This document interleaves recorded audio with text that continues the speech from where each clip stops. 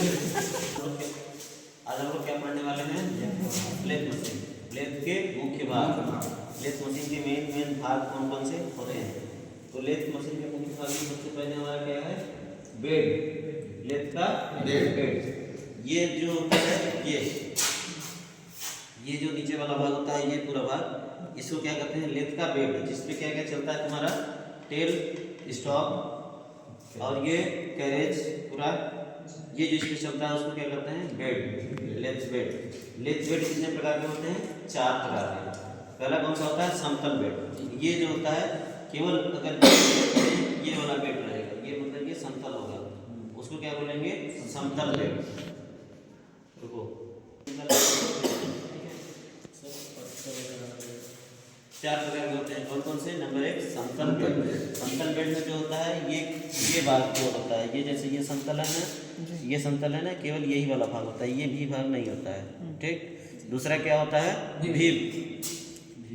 Bed. जो V bed होता है उसमें केवल ये वाला भाग होता है, जैसे वी आकार का ये नहीं दिख रहा है ना, ये वी आकार का है, ये वी आकार का है, तो इस तरीके का बेड बना होता है, उसको क्या बोलते हैं? V bed.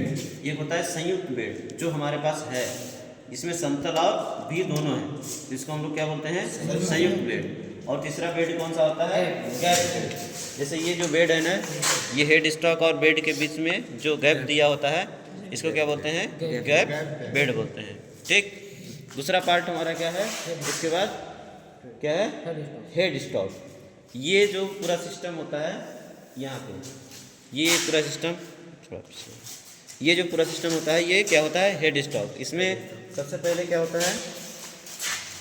इधर मोटर लगा होता है हेड स्टॉक में, मोटर से पावर ऑन करते हैं, पावर ऑन करने के बाद कहाँ जाता है? ये आपके पुली में। कौन से पुली में? वी बेल्ट लगा हुआ है ना, ये हाँ, ये देखो वी बेल्ट लगा होता है, ये इसका पुली होता है। बेल्ट के द्वारा पावर ट्रांसमिट कहाँ होता है?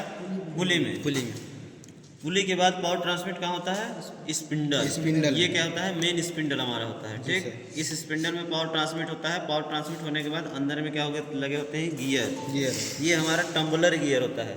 ठीक है, टम्बलर गियर होता है जो उधर के मैकेनिज्म को चलाने के काम में आता है, जैसे जो हमारा फीट रॉड हो गया और तुम्हारा एक कौन था? Screw rod. फीट रॉड और स्क्रू रॉड को चलाने के लिए टम्बलर गियर का यूज होते हैं। बाकी जो हेड स्टॉक होता है, हेड स्टॉक में क्या लगा होता है हमारा? ये पुली लगी होती है, पुली के बाद ये स्पिंडल लगा होता है, स्पिंडल में ही लगे होते हैं कौन से? गियर लगे होते हैं इसमें। ठीक है, तो ये जो गियर लगे होते हैं इसमें 3 प्रकार के लीवर होते हैं। ठीक। एक लीवर जो होता है ये क्या करता है? ये फॉरवर्ड में घुमाता है और ये रिवर्स में। जैसे अगर हम इसको इस तरीके से घुमा दिए तो ये न्यूट्रल में हो गया, लीवर को उस तरफ घुमाए तो वो फॉरवर्ड चलेगा, फॉरवर्ड मतलब इस तरफ से चलेगा, और अगर इस तरफ घुमाए तो हम वो रिवर्स में चलेगा। ठीक। ये गियर का स्पीड दिया रहता है कि हम कितनी स्पीड पे चलाएंगे। जैसे हमारे पे यहाँ पास दिया हुआ है क्या? स्पिंडल का स्पीड। अगर हमारे गियर किस पे होगा? अगर 1 पे होगा तो जो लो स्पीड में अगर हम चलाएंगे, जैसे ये स्पीड के लिए दिया है, ये हमारा लीवर अभी हाई स्पीड पे है, तो ये हाई स्पीड में तुम्हारा स्पिंडल, हमारा मेन स्पिंडल चलेगा, और अगर लीवर ये इस तरफ हुआ तो ये लो स्पीड में चलेगा। ठीक है, तो स्पिंडल का यहाँ पे स्पीड भी दिया है। जैसे गियर अगर हमारा 1 पे है, यानी ए पे है, बी पे है, सी पे है, डी पे है, 4 गियर लगे होते हैं, ए बी सी डी। उसी तरीके से यहाँ पे दिया है कि हमारा अगर लो स्पीड पे रहेगा तो ये वाले पर जब हमारा रहेगा तो कितना चलेगा? तो वो 70 आरपीएम चलेगा, राउंड पर मिनट। आरपीएम लिखा है ना, 70 आरपीएम पे चलेगा। और हाई रहेगा तो 315 आरपीएम पे। इसी तरीके से जैसे डी पे चलेगा तो सबसे हाई स्पीड कितना है? 269, ये लो पे चलेगा, और 1214 हाई पे चलेगा। इतना स्पीड तक ये चल सकता है। ठीक है, ये सब मैकेनिज्म किस में लगे होते हैं? Head stock. यहाँ से लेके यहाँ तक के भाग को क्या बोलते हैं? हेड स्टॉक बोलते हैं। हेड स्टॉक में ही स्पिंडल का जो अगला भाग होता है, एक तरफ तो पुली लगी होती है, दूसरे तरफ में क्या लगा होता है? चक लगा होता है। इसको स्पिंडल का नोज बोलते हैं। यहाँ पे चक लगा होता है, और चक में ही ज्या लगी होती है। ज्या में हम लोग क्या पकड़ाते हैं? वर्क पीस को पकड़ाते हैं। और ये क्या है? हमारा यूनिवर्सल स्क्राइबिंग ब्लॉक, जिससे हम इसको सेंट्रिक करते हैं। वैसे ये सेल्फ सेंटरिंग होता है 3 जॉ में। वहाँ पे जो मशीन लगी है उसमें 4 जॉ है, उसमें हमको सेंटर करने की ज़्यादा आवश्यकता होती है। ठीक। अगला क्या है हमारा? Head stock. हेड स्टॉक के बाद क्या है?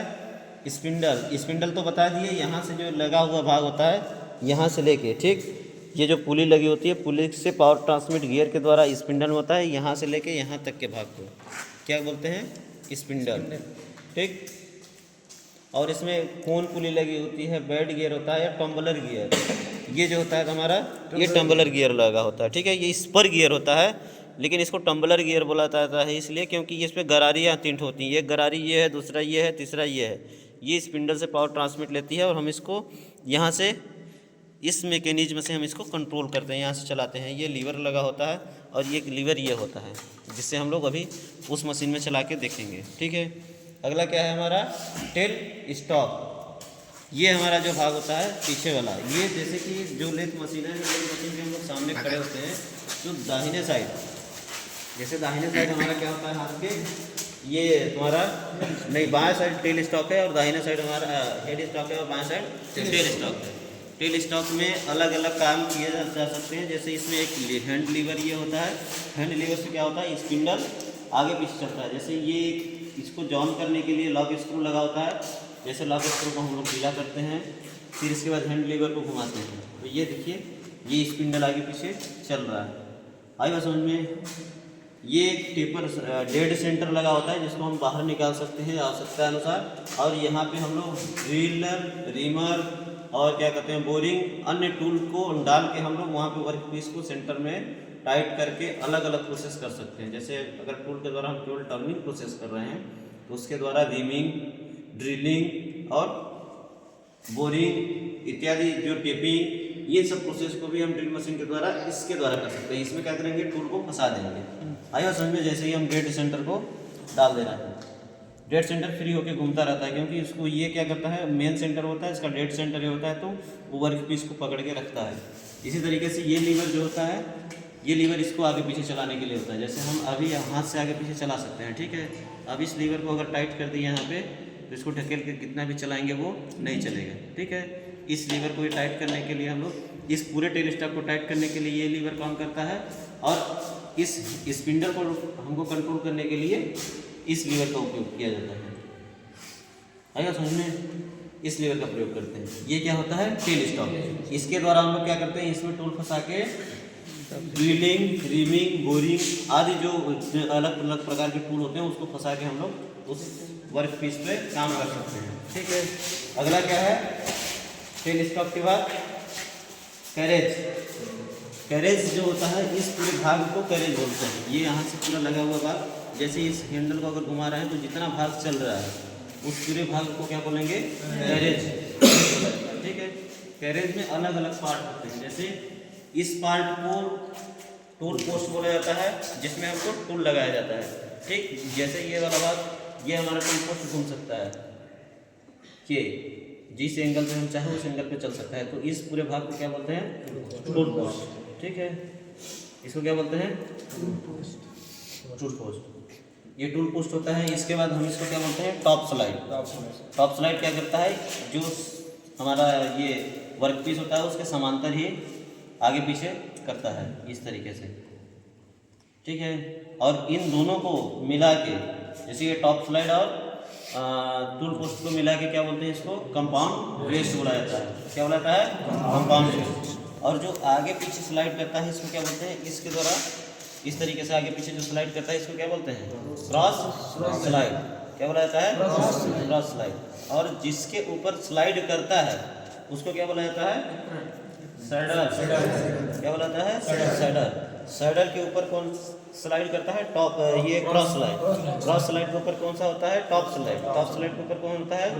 Tool post. इसी तरीके से जो पूरे मैकेनिज्म को लेके चलता है, जैसे फीड रॉड जो होता है, या फिर तुम्हारा स्क्रू थ्रेड होता है, उसको चलाने के लिए, थ्रेड को काटने के लिए जो मैकेनिज्म काम करता है, उसको क्या बोलते हैं? एप्रन। ये जो यहाँ पे लीवर लगा होता है, ये एक लीवर लगा होता है, हैंड व्हील लगा होता है, ये लीवर लगा होता है, जिसके द्वारा ये कौन सा नट होता है? स्प्लिट नट। स्प्लिट नट के द्वारा स्क्रू थ्रेड जो होता है, स्क्रू थ्रेड को चलाया जाता है। ठीक है। इस लीवर से इसको कंट्रोल किया जाता है। तो इस पूरे सिस्टम को, जो यहाँ से ये हरा वाला भाग होता है, यहाँ से लेके इस पूरे सिस्टम को क्या बोला जाता है? एप्रन बोला जाता है। ठीक है। और जो ये पूरा सिस्टम जब चलता है, तो उसको क्या बोलेंगे? कैरेज बोला जाता है। अगला क्या है? Tool post. टूल पोस्ट को बता दिए, ये टूल पोस्ट होता है अपना, ये सिंगल वे टूल पोस्ट होता है, 4 वे टूल पोस्ट होता है, ब्रिटिश टूल पोस्ट होता है, और एक कौन सा होता है, एक और कौन सा है, क्विक चेंज टूल पोस्ट होता है। ये अलग अलग प्रकार के टूल पोस्ट होते हैं, लेकिन हमारे जो मशीन में लगा हुआ है वो कौन सा होता है, 4 वे टूल पोस्ट। अगला क्या है, लेग्स।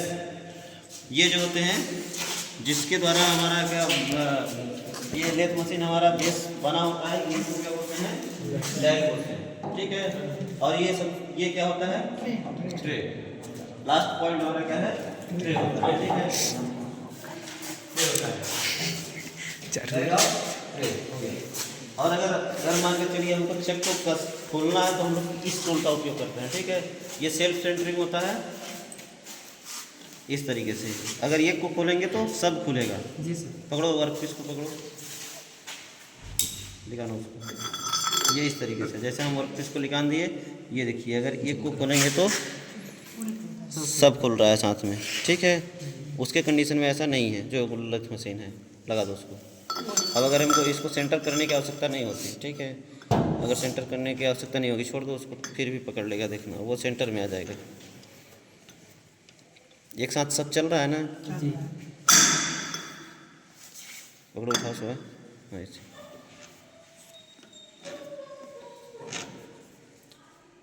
इस तरीके से छोड़ दो, देखो वो टाइट हो गया, ठीक है। अगर हमको और टाइट होगा,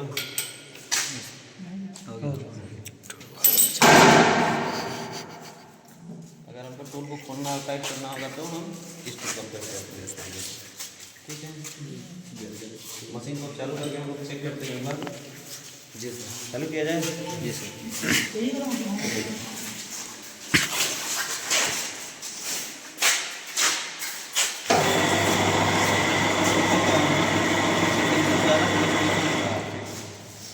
क्या हो रहा है, सही से सेटअप नहीं है, नहीं ज़्यादा फ्लक्चुएशन हो रहा है सर। इसको चला इतना टाइट करते हैं।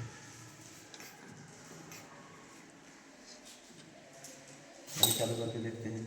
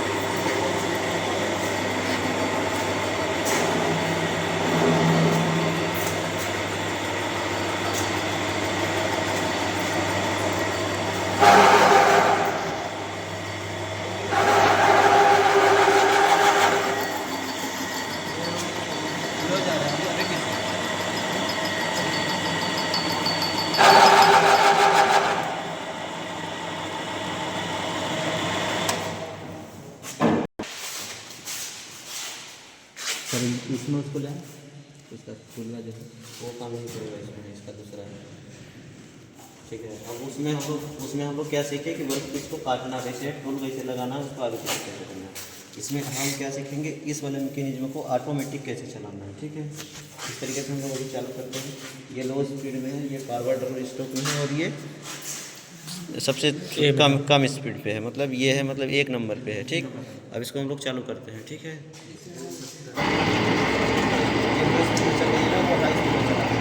ये ऑटो, देखिए ये ऑटोमेटिक मैकेनिज्म चल रहा है ना, इस तरीके से ये ट्रायंगुलर गियर में हमारा घूम रहा है, नीचे का गियर घूम रहा है ना, ये ट्रायंगुलर गियर आराम से घूम रहा है।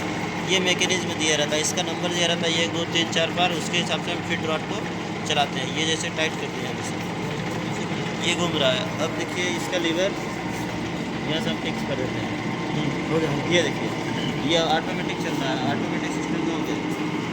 इस लीवर के द्वारा ठीक है, बढ़ रहा है ना, दिख रहा है वहाँ तक जाने दीजिए। ये फीड रॉड चल रहा है, उसके हिसाब से वो ऑटोमेटिक चल रहा है। इसका ये जा नहीं है, इसकी वजह से हम इसमें काम नहीं कर रहे हैं। ठीक, बाकी उसको दिखाओ, वो आगे उसका नंबर है ये जैसे हमारा टॉप स्लाइड आगे पीछे चल रहा है, इसको भी हम आगे पीछे आराम से चला सकते हैं।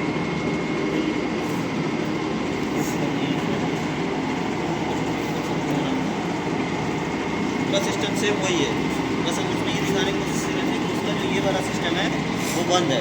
सर गियर इसका का नंबर ज़्यादा लगाए ना, इसका हाई ज़्यादा। इसका जो सिस्टम है वो चालू है। ठीक है, इसका स्पीड भी कम है, दिख रहा है ना, उसका स्पीड बहुत ज़्यादा है। स्पीड बढ़ेगा ना सर? स्पीड तो एकदम लो कर रहा है। गियर वाला, गियर वाला, गियर वाला। इसका लीवर लेने के बाद ही गियर वाला हम इसको बढ़ा सकते हैं। इसको न्यूट्रल करने के बाद फिर इसके बढ़ाएंगे, नहीं तो इसे में